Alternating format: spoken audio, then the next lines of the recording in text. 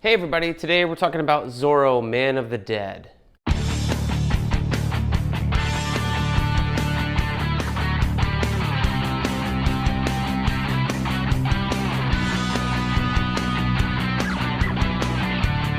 Hey everybody, and welcome back to BK's Bullets. As always, I'm your host, Brent, and today we're reviewing Zorro, Man of the Dead. This is the Kickstarter hardcover by Sean Murphy. It's from Massive Publishing, and I think it's going to be produced as a trade paperback this month in October, so be on the lookout for that. Originally, it's published as 4 single issues. However, if you saw my overview, you know that I kind of feel duped, because I backed it as an original Kickstarter graphic novel, which is what I thought I was getting. And then after the fact, it was like, oh yeah, we're going to put out 4 issues to comic shops first, and then you'll get your stuff at the end. So it's almost like I waited for the trade for a special hardcover. But enough of that. How's the book? Well, this is Sean Murphy.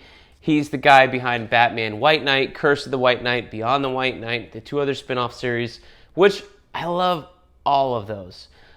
He also did The Wake with Scott Snyder, which I wasn't a huge fan of. Right, yeah. And then also recently, Joe the Barbarian, I think, with Grant Morrison. So he's been on a bunch of stuff. Constantine, Hellblazer. He's done a bunch of stuff. He's a great artist. The writing, though, on this one just feels a little lackluster. When Batman White Knight came out, another new take on Batman, or a mix-up of the ideas, seemed like it was something fresh. The whole idea of a new Batman world, a new origin for the Joker, this duopoly where it's more kind of like Two-Face, and we were having this personality pop through the Joker was interesting. And Sean Murphy's trying to do something a little bit similar here, not in terms of anything popping through, but just like, here's a new, a brand new take on Zorro, which is a character that, has been done, I don't know if you would say to death, but it is a classic character. It's, there's no rights issues or anything when you're producing it. It's, I forget what they call it now. Public domain. There you go. So how do you reinvent Zorro for the modern age? Well, he tries to do it here, and I'm not sure he quite succeeds. So what we have here is Diego de la Vega, who, is a modern man living somewhere in Mexico, in La Vega, Mexico, and he is obsessed with the character of Zorro. So much so that he is somehow fooled into believing he is the Zorro at some point, and then later in the story kind of like weirdly accepts that he's not Zorro, but then also really becomes Zorro in this time. So it's kind of funky. There's a lot of like leaps and bounds here in terms of the story that I felt like weren't fleshed out. And I don't know if that's just a limitation of it being 4 issues versus the usual 6 or 8 that he does on the Batman books. But this one definitely felt like the story had some moments where I could have used some more exposition, some more explanation, or hell, even some more history with Diego's character and history. Because when you meet him, he's already like a Looney Tune off the side of a cliff in terms of thinking he's Zorro. His motivations, his reasoning, all that stuff's never really explained. It's just kind of more of hand-waved in 1 or 2 sentences. And that didn't really work for me.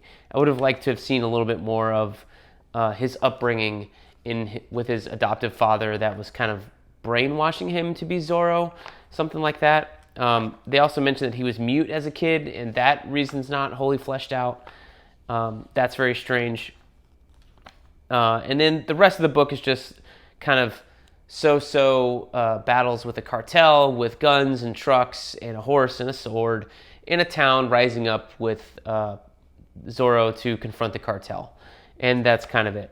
Why the town was working with the cartel so much in the very beginning, never really explained, just some more hand-wavy sentences, just like, oh yeah, this is the way it was, and now we're changing things up into the way it should be, where everybody has their own, power and, can do what they want and not have the cartel threat looming over them all the time. So, I don't know, it's fun, sure.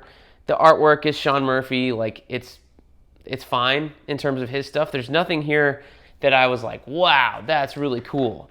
it's pretty standard stuff here. I don't feel like he's pushing himself per se with Zorro, the way that, like, when he basically reinvented Batman for his own universe. He reinvented the costume, he reinvented the Batmobiles, he reinvented Gotham. There's a whole lot of design work done there. This one is just kind of the same. Like, Zorro looks like Zorro.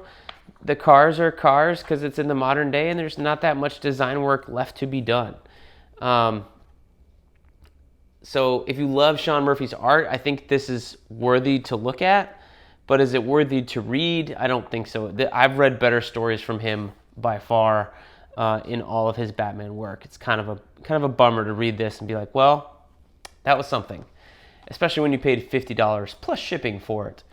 That was kind of a letdown. So, yeah, I think this is a mildly pedestrian take on Zorro in terms of reinventing him.